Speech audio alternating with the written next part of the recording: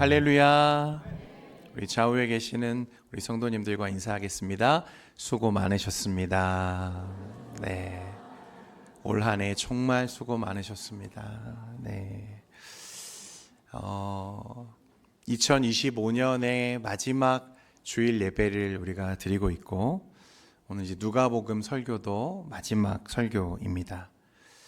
여러분, 오늘 올 한 해 또 하나님께서 여러분들에게 부어주신 은혜를 잘 갈무리하시고 2026년에는 더 큰 은혜와 소망 가운데 삶을 열어가는 저와 여러분 되기를 간절히 소망합니다. 예수님은 유월절 어린 양 되셔서 자기 백성을 죄와 사망에서 구원하시기 위해 스스로를 화목제물로 그 생명을 십자가에 내어주셨습니다. 그날 하나님과 그 백성을 가로막고 있던 모든 죄의 장막이 허물어졌고 휘장은 위에서 아래로 찢어졌습니다. 예수님은 자신의 몸으로 새로운 살길, 생명의 길을 열어주셨고 그 길을 통해서 한 사람씩 새로운 생명으로, 새로운 인생으로, 새로운 시대로 걸어 나오는 것을 우리가 지난 시간의 말씀으로 확인할 수 있었습니다. 그런데 여러분, 예수님의 구원의 이야기는 십자가 죽음에서 끝나는 것이 아닙니다. 예수님은 그 십자가와 죽음에 머물러 계시지 않았고 3일 만에 부활하셔서 그 모든 사망과 죄의 권세를 이기셨습니다. 예수님의 십자가가 실패가 아닌 구원의 완성이요 승리임을 이 부활을 통해서 스스로 확증하셨습니다. 여러분은 이 예수님께서 모든 죽음과 사망을 이기시고 3일 만에 부활하신 사실을 믿으십니까?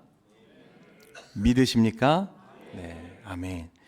예수님의 부활은 죄와 사망의 권세가 더 이상 하나님의 백성을 붙잡을 수 없음을 의미하는 큰 사건이었습니다. 그러니까 그 예수의 부활이 누구의 부활이 되었다는 것입니까? 저와 여러분의 부활이 된다는 것입니다. 여러분, 이 사실을 우리가 믿을 수 있기를 바랍니다.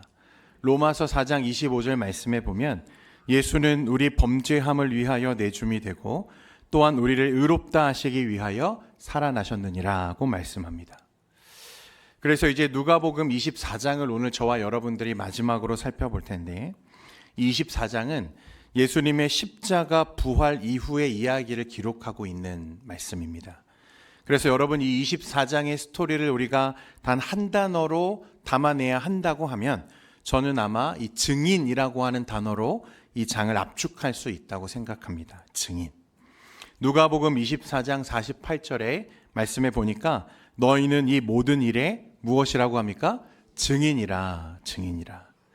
자, 예수님이 십자가에 죽으시고 나서 제자들은 뿔뿔이 흩어졌고 도망쳤고 그래서 갈 길과 소망을 전부 잃어버린 채 낙심하는 중에 있었습니다.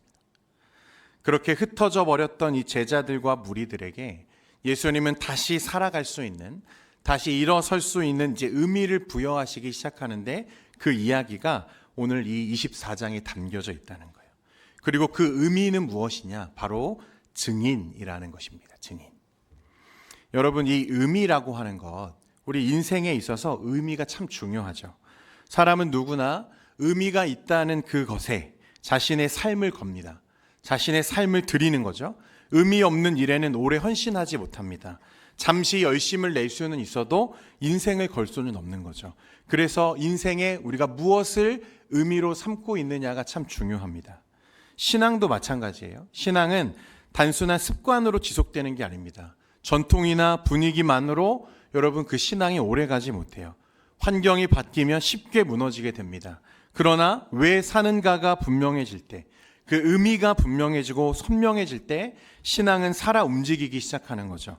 그래서 그 의미를 발견한 신앙은 상황을 넘어서고 고난을 견디기도 하고 삶을 다시 일으켜 세우는 힘이 되기도 한다는 것입니다. 여러분, 지난 2025년 우리 한 해를 돌아보는 이 시점에서 여러분을 살게 한 의미는 무엇이었습니까? 여러분을 지금까지 있게 한, 여러분들이 붙들고 있고 여러분들이 소비해온 여러분들의 인생의 의미는 어디에 있었는지를 잘 점검해 볼 수 있기를 바랍니다. 이 의미가 중요한 거죠. 빅터 프랭클이라고 하는 분이 쓴 죽음의 수용소라는 책이 있습니다. 제가 일전에도 한번 소개해드린 적이 있는데, 여러분, 이분은 2차 세계대전 당시에 아우슈비츠 수용소에서 생환한 생존자 중에 한 사람이에요. 그 당시에 자신이 느꼈던 삶과 죽음, 그리고 그 삶을 의미 있게 만드는 그 의미가 무엇인지에 대해서 담백하게 고백하고 있는 책입니다. 이 프랭클은 사람들의 이 생과 사, 죽음과 삶을 결정하는 것은 환경이 아니라 무엇이라고 말하냐면 삶을 의미 있게 하는 그 의미라고 대답합니다. 여러분, 우리가 흔히 생각하기를 이 아우슈비츠 수용소 같은 이 극악의 환경에서 살아남으려면 남들보다 훨씬 강한 의지가 필요할 것 같고 열정적인 어떤 사람들이 더 오래 살아남을 것 같잖아요. 그래서 생존의 의욕을 갖고 그 환경을 어떻게든 극복하고 넘어가려고 노력하는 사람들이 오래 살아남을 것 같았는데 실제로 경험해 보니까 그렇지 않더라는 것입니다. 곧 풀려날 거야. 이런 고통이 금방 지나갈 거야. 라고 하는 기대를 가지고 의욕적으로 그 상황과 환경에 대처하고자 했던 사람들이 그 당시에도 있었겠죠. 그런데 놀랍게도 그런 사람들이 더 먼저 기대가 꺾이고 삶의 의욕을 잃어버리고 그래서 먼저 형장으로 그리고 인체 실험의 대상으로 끌려가더라는 것입니다. 처음에는 의욕을 가지고 시작했던, 그래서 그 환경을 어떻게든 극복하려고 벗어나려고 노력하던 그 뇌심들이 환경에 의해서 소망이 끊어지고 기대가 무너지는 경험들이 반복되자 빠르게 생명도 꺼져가더라는 것입니다. 그래서 이 프랭클은요, 그것을 보면서 이 상황, 지금 수용소에 수감되어져 있는 문제를 내가 극복해야겠다, 벗어나야겠다라고 하는 모든 노력을 내려놓고 무엇을 시작했냐면 자신에게 주어진 그 하루를 의미 있게 살아내는 데 집중하기 시작합니다. 그래서 깨진 병 조각으로, 유리 조각으로 그날부터 이 프랭클은 면도를 하기 시작합니다. 자신의 모습을 말끔히 정리하기 시작하는 거죠. 그 상황을 벗어나기 위한 노력을 그만두고 그 하루를 의미 있게 살아내기 위해서 그가 노력하기 시작했다는 거예요. 그랬더니 실험실에 끌고 갈 대상을 물색하러 나온 사람들의 눈에는 프랭클은 어떻게 보이는 거죠? 여전히 의욕적으로 보이고 생명력이 있어 보이는 거예요. 그래서 그를 대상으로 생각하지 않고 고려하지 않았다는 것입니다. 그렇게 하루하루 삶의 의미를 부여하고 그 시간의 의미를 부여하다 보니까 그날을 벗어나려고 노력하지 않아도 어떤 게 찾아오는 거죠? 자유가 찾아오더라. 이게 프랭클의 고백이었습니다. 여러분, 오늘 말씀에 예수님은 제자들에게 뭐라고 말씀하시냐면 너희는 이 모든 일의 증인이라고 말씀하셨습니다. 여러분, 이 한 문장 안에 이제 남겨진 제자들의 인생, 그 인생을 살아가야 하는 이유와 의미가 여기에 다 담겨져 있는 거죠. 왜 주님이 제자들을 부르셨는지, 왜 그들을 선택하셨는지, 그리고 그들이 왜 십자가를 경험해야 했는지, 부활을 목격하게 하셨는지가 분명해지고 무엇을 위해 살아야 하는지가 선명해지는 순간이었다는 거예요. 그리고 그 의미가 분명해지는 순간에 제자들은 전과 완전히 다른 삶을 살기 시작합니다. 그러니까 그 의미가 그들을 무엇으로 만들었어요? 증인으로 만들어 갔다는 사실입니다. 예수님이 그들을 제자로 삼으시고 3년간 일거수일투족을 주님과 동행하게 하셨잖아요. 그런데 제자들 얼마나 많이 실수하고 넘어지고 실패하고 그렇게 살았습니까? 그럼에도 불구하고 예수님이 제자들을 붙들고 그렇게 3년 동안 씨름하신 이유가 뭐예요? 그들이 무엇이 되어야 하기 때문이죠? 증인이 되어야 하기 때문이었습니다. 그리고 분명한 것은 오늘 이 말씀을 듣고 있는 저와 여러분에게도 우리 주님은 동일하게 부활의 증인 되기를 원하고 계시다는 사실입니다. 이것이 오늘 저와 여러분에게 주님이 부여하시는 의미인 줄 믿으시기를 바랍니다. 아니, 목사님, 저는 예수님의 부활을 본 적이 없는데 어떻게 증인이 될 수 있습니까? 그렇게 생각하시는 분들 계시죠? 여러분, 증인이 무엇입니까? 증인은요, 진실을 알고 그 진실을 그대로 말하는 사람이 증인입니다. 증인은 자신의 의견을 덧붙여 말하는 사람이 아니죠. 해석을 붙이거나 감정을 보태는 사람이 아닙니다. 자기가 보고 듣고 경험한 사실을 숨김없이 증언하는 사람이 증인이죠.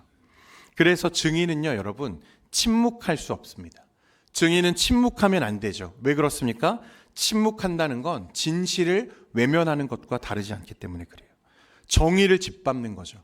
진실을 알면서도 말하지 않는 것은 불의한 것이고 부끄러운 것입니다. 여러분, 신앙에서 증인이라는 것은 예수 그리스도의 십자가와 부활이 실제 역사이고 사실이며 그 사실이 내 삶을 변화시켰음을 삶으로 드러내는 사람인 것을 여러분 말씀하고 있는 거예요. 그것이 증인입니다. 누가복음 24장에 보면요, 여러분, 예수의 제자들이 부활을 경험했잖아요. 부활을 보게 되거든요. 그런데 처음부터 그들이 증인이었는가? 여러분, 그건 아니었습니다. 오늘 말씀에 보면 1절에 보니까 안식 후 첫날 새벽에 누가 무덤을 찾아갔냐면 여인들이 예수님의 무덤을 찾아간 것을 누가가 기록하고 있습니다. 아직 해도 뜨지 않은 새벽이었고 그 무덤에 달려갔다. 거의 뜬 눈으로 여러분 밤을 지새우고 그 시간만을 기다렸다는 의미죠. 예수님을 진심으로 사랑했던 사람들이었어요. 그런데 도착해 보니까 여러분, 무덤이 어떻게 되어 있습니까? 무덤을 가로막고 있던 돌은 옮겨져 있고 예수님의 무덤이 비어 있는 거예요. 예수님의 시체를 찾지 못했습니다. 여러분, 해가 뜨기도 전에 어두움이 아직 짙게 내려 깔려져 있는 그 시간에 여러분, 열려져 있는 무덤에 들어간다는 것 얼마나 무섭습니까? 그런데 더 무서운 건 무덤의 입구가 열려 있고 그 무덤이 비어 있는 거예요. 성경은 그 순간에 이 여인들의 감정과 기분을 저자가 기록하는데 오늘 4절 말씀입니다. 우리 24장 4절 말씀 같이 한번 읽겠습니다. 함께 읽습니다. 시작. 이로 인하여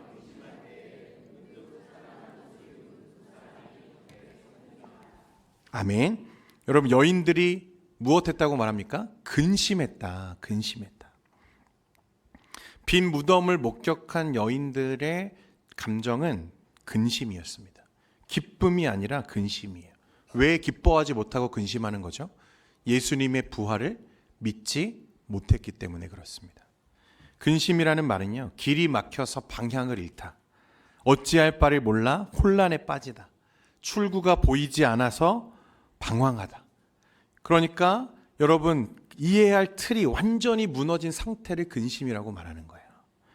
여인들이 지금 근심하고 있는 이유는 예수님의 부활, 그 눈앞에 펼쳐져 있는 빈 무덤이라고 하는 상황을 전혀 이해하지 못하고 받아들이지도 못하고 있었다는 것입니다.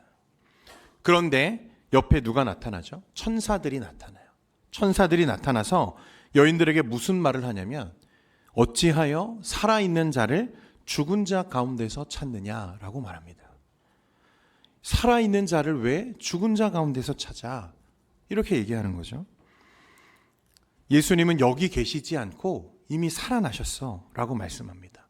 그리고 아주 중요한 말을 하나 더 남기는데 천사들이 뭐라고 말하냐면 갈릴리에 계실 때에 너희에게 어떻게 말씀하셨는지를 기억하라 라고 말씀합니다. 너희에게 어떻게 주님이 말씀하셨었는지를 기억하라는 거예요.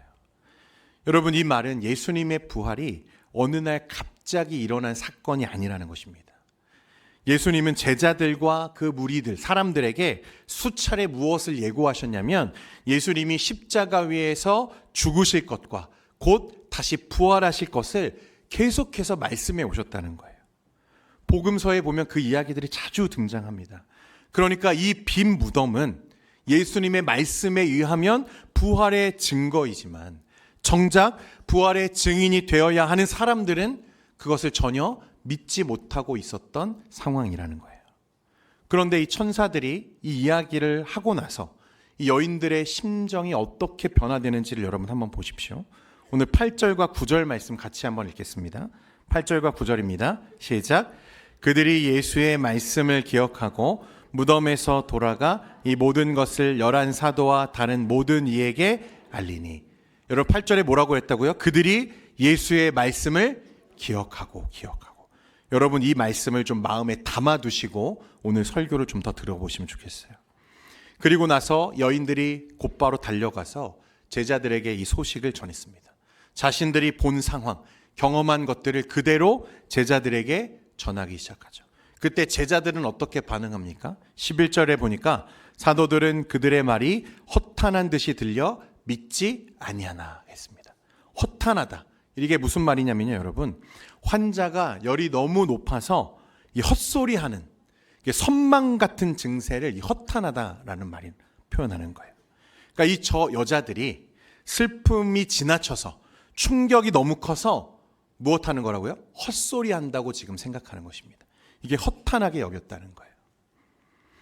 부활을 증언하는 사람들이 여자라고 하는 이유도 있고, 또 그 여인 중 한 사람이 오늘 말씀해 보니까 막달라 마리아래요. 이 막달라 마리아는 귀신 들렸던 여인이잖아요. 예수님이 그를 고쳐주시죠. 그러니까 이것들이 반영되어 있는 거예요. 당시 사회는 여인들의 말을 잘 안 들어주죠. 거기다가 귀신 들렸던 여인이 하는 말은 우습게 들릴 수 있는 시대였습니다. 베드로와 요한이 이 말을 듣고 확인해 보려고 무덤에 막 달려가죠. 그랬더니 정말 어떻게 되어 있어요? 무덤이 비어 있는 것을 보게 됩니다. 예수님을 쌌던 세마포만 그 무덤에 놓여 있는 것을 발견하는 거죠. 그런데 그들은 그저 놀랍게 여기며 그냥 돌아갔습니다. 가면서 무슨 말을 했을까요? 야, 진짜 비어 있네. 예수님의 시신이 없어졌네. 누가 훔쳐갔나 봐. 제자들은 여전히 예수님의 부활을 이해하지도 믿지도 못했다는 것입니다. 부활을 목격하고 있지만, 빈 무덤을 목격했지만 증인이 아직 안 되었다는 거죠. 예수님이 수차례 부활을 예고하셨음에도 불구하고, 그리고 여인들이 그 일에 대해서 증언했음에도 자신들의 눈으로 직접 빈 무덤을 보고도 믿지 못하는 것입니다. 여러분, 그리고 이후의 말씀에 보면 잘 아시는 엠마오로 가던 두 제자의 이야기가 나오죠. 부활 소식을 이미 들었지만 여전히 제자들은 낙심한 가운데 엠마오로 가고 있었습니다. 낙심한 이유가 나오는데 21절 말씀입니다. 우리 21절도 같이 한번 읽겠습니다. 시작. 우리는 이 사람이 이스라엘을 속량할 자라고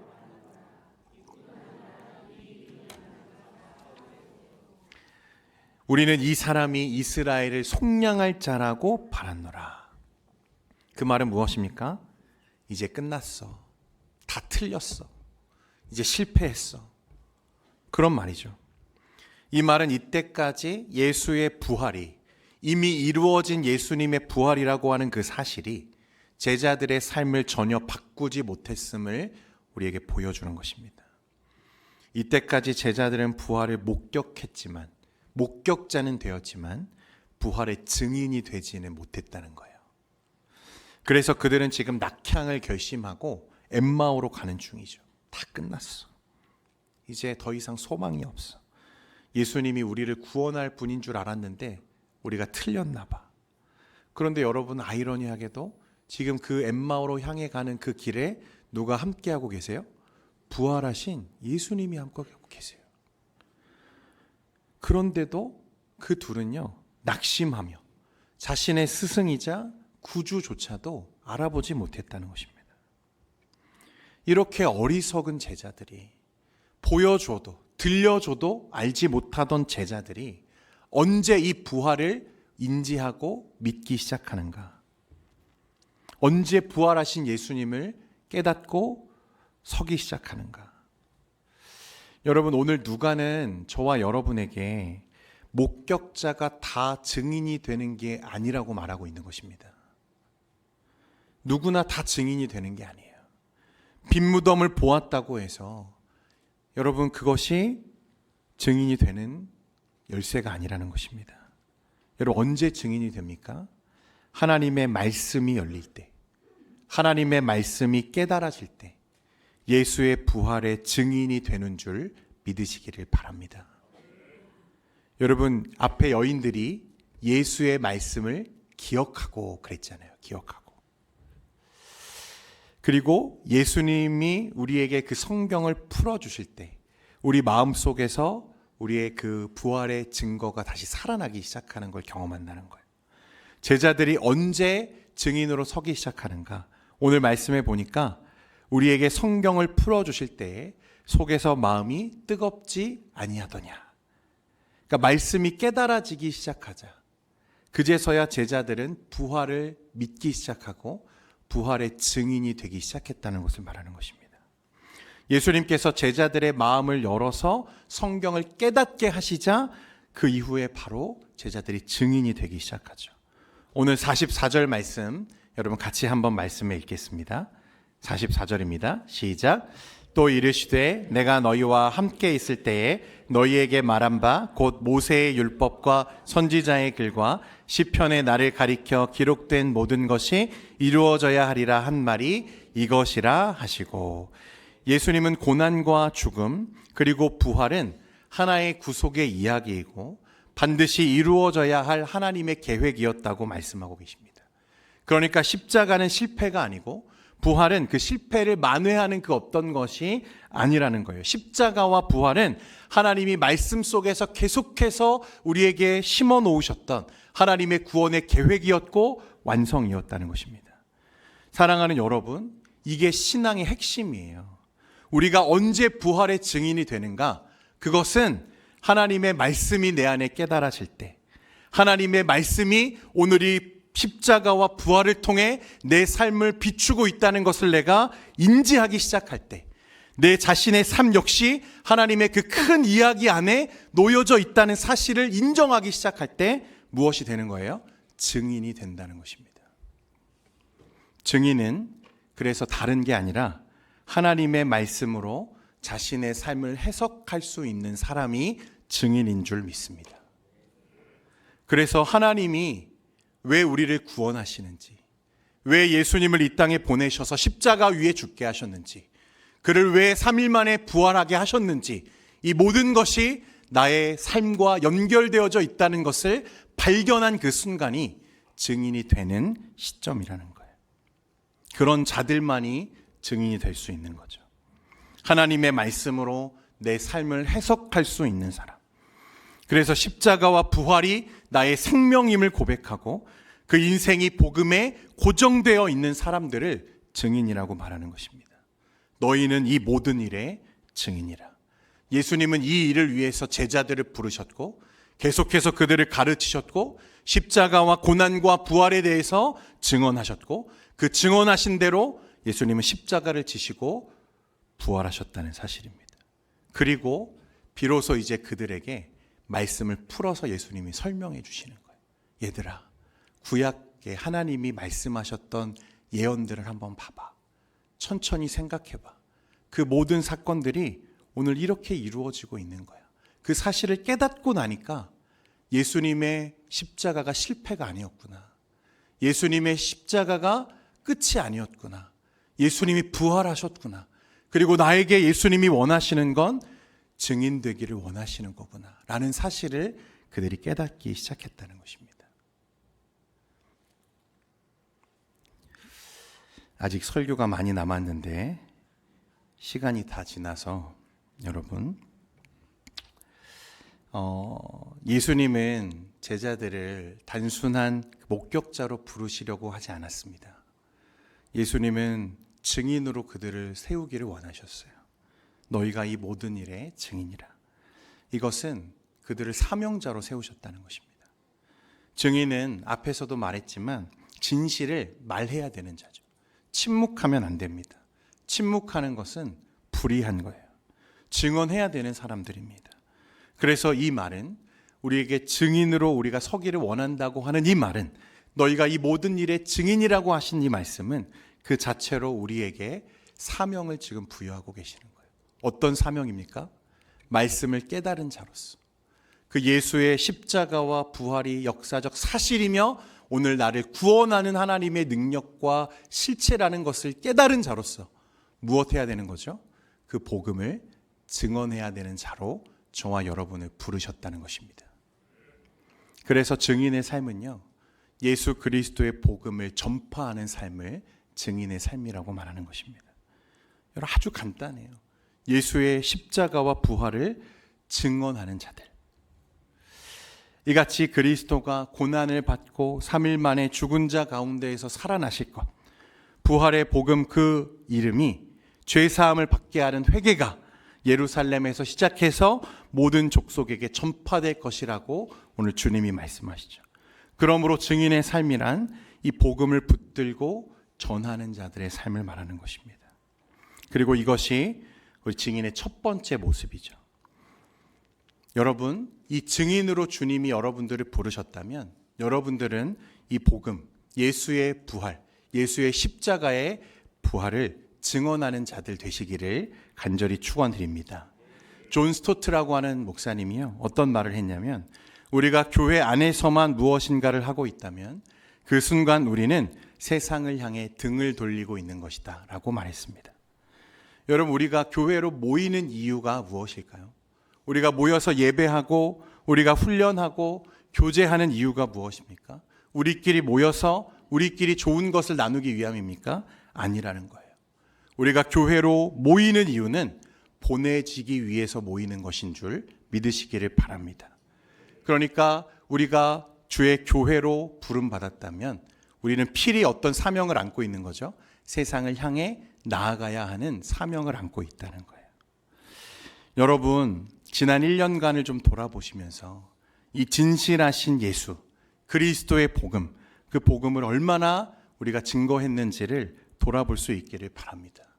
많은 분들이 그런 말을 해요. 목사님, 저는 말을 잘 못해요. 목사님, 저는 능력이 없어요. 목사님, 저는 너무 부족해서 증인이 될 수 없어요. 여러분, 아닙니다. 증인의 삶은 대단한 능력을 요구하는 게 아니에요. 십자가와 부활을 분명히 붙드는 데서 시작되는 것입니다.